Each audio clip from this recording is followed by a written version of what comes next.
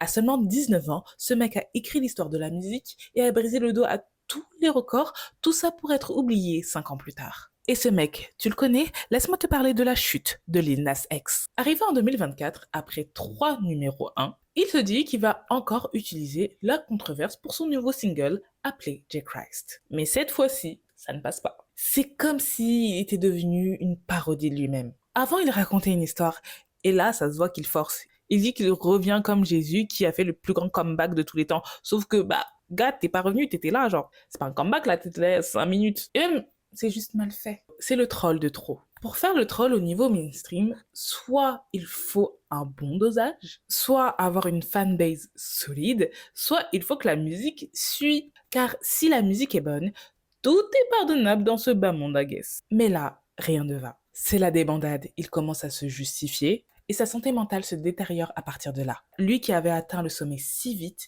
il fallait à tout prix y rester. Mais comment y rester? Il fait des vidéos de plus en plus bizarres où il ne semble pas lui-même, ou pas dans un état normal, ou des vidéos rituelles pour troller. Il vire toute sa team et décide de faire de la musique sans troller, ni choquer, mais personne ne le prend au sérieux. Tellement il trollait en permanence. Il sort quelques sons, mais sont passés inaperçu. It doesn't hit the same et son label semble l'abandonner. Et c'est cette comparaison au passé, mêlée à la pression de toujours vouloir faire mieux, qui l'a anéanti plus qu'autre chose. Puis un jour, il passe à l'hôpital avec son visage à moitié paralysé.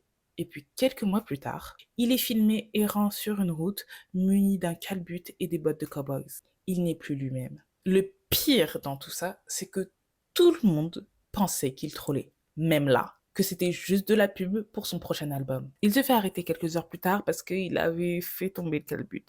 Et en plus, il avait frappé un des policiers au visage. Il se retrouve derrière les barreaux et a passé la nuit à l'hôpital pour une possible overdose. Mais c'était loin d'être une overdose. C'était loin d'être du troll. C'était bien plus grave que ça, bien plus profond que ça. Mais tout ça, je te raconte dans ma vidéo dédiée sur la disparition et la chute de Lil Nas X, dispo sur la plateforme rouge, lien en bio.